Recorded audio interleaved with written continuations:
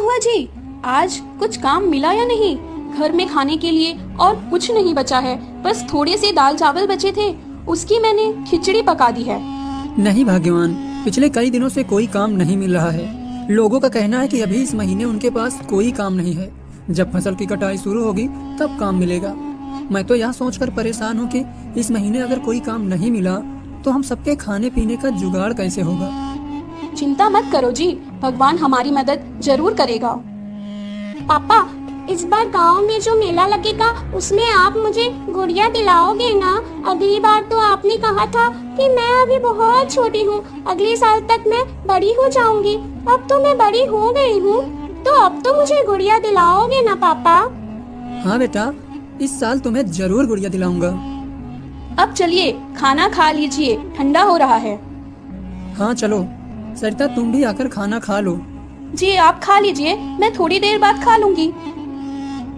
रामू और उसकी बेटी दोनों खाना खा लेते हैं और तभी उनके दरवाजे पर एक बाबा की दस्तक होती है। बाबा की आवाज सुनकर रामू और उसकी पत्नी दोनों बाहर आते हैं।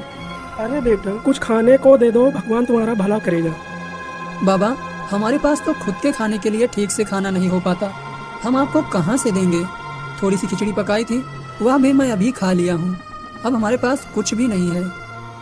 रुकिए बाबा, अभी मेरे हिस्से का खाना बचा हुआ है, मैं अभी ला कर देती हूँ आपको। पर सरिता, तुम वह खाना बाबा को दे दोगी तो तुम क्या खाओगी?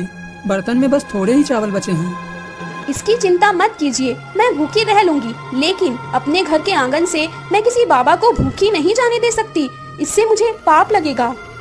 ठीक है सरिता, जैसी तुम्हारी इच्छा। सरिता अपने हिस्से का खाना लाकर बाबा को दे देती है और बाबा उस खाने को खा लेते हैं। बेटा, तुमने मेरी भूख मिटाई है, मैं तुम्हारा बहुत आभारी हूँ। एक भूखे व्यक्ति को खाना खिलाना सच में पुण्य का काम होता है। बेटी, मेरे पास तुम्हें देने के लिए कुछ भी नहीं है, लेकिन यह एक अंगूठी है, इसे अपने पास रखो, यह तुम्हारी बहुत मदद करेगी। पर याद रखना, रात के समय इसे मत पहनना, रात में इसकी शक्ति बढ़ जाती है जो तुम्हारी उंगली सहन नहीं कर पाएगी। बाबा के जाने के बाद रामू अंगूठी को देखकर सरिता से कहता है, इस अंगूठी में ऐसा क्या है जो बाबा ने हमें इसे देने के लिए चुना है? शायद यह हमारे अच्छे कर्मों का फल है। आपने तो सुना होगा, हमारे अच्छे और बुरे कर्मों का फल हमें जरूर मिलता है। चलिए अब अंदर चलते हैं। पर सरिता, अपने हिस्से का खाना तो तुमने बाबा को दे दिया, अब तुम क्या खाओगी? काश हमारे पास थोड़ी से और चावल होते। जैसे ही रामू यह बात कहता है, अंगूठी में एक चमक सी होती है और रामू के सामने तुरंत एक चावल की प्लेट आ जाती है। रामू और सरिता दोनों यह देखकर हैरान हो जाते हैं। अरे देखा सरिता, जैसे ही मैंने चावल का नाम लिया, यहाँ चावल प्रकट हो गया, यानी कि यह अंगूठी सच में जादुई अंगूठी है। हम इससे कुछ भी खाने को मांग सकते हैं। अरे वाह, यह तो बहुत अच्छी बात है। तो आप इससे थोड़ी पूरी सब्जी मांगे ना, मेरा काफी दिन से पूरी सब्जी खाने का मन कर रहा था। ठीक है, मैं अभी मांग कर देखता हूँ। अंगूठी, हमें थोड़ी सी पूरी सब्जी दे दो।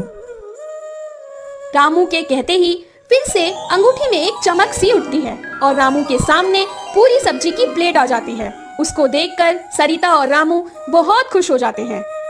अरे वह कितने दिनों बाद आज मुझे पूरी सब्जी देखने को मिली है। चलो अब हम सब बैठकर इसे खाते हैं। ऐसे वह सभी उस दिन पेट भर भोजन करते हैं।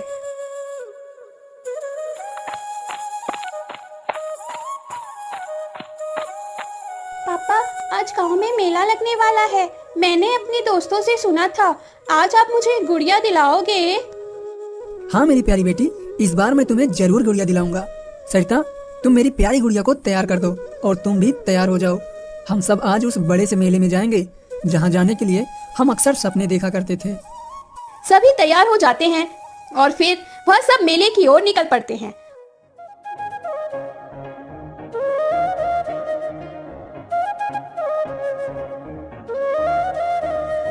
पापा, वह देखो गुड़िया की दुकान, मुझे गुड़िया दिलाओ ना।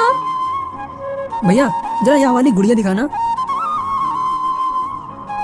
ये लो मेरी प्यारी गुड़िया, ये तुम्हारे लिए। यह लो भैया, इस गुड़िया के पैसे। सरिता, तुम भी अपने लिए कुछ पसंद कर लो। वहाँ देखो कितनी सुंदर साड़ी दुकान पर है, चलो वहाँ तुम्हारे लिए साड़ियाँ भी पसंद करते हैं।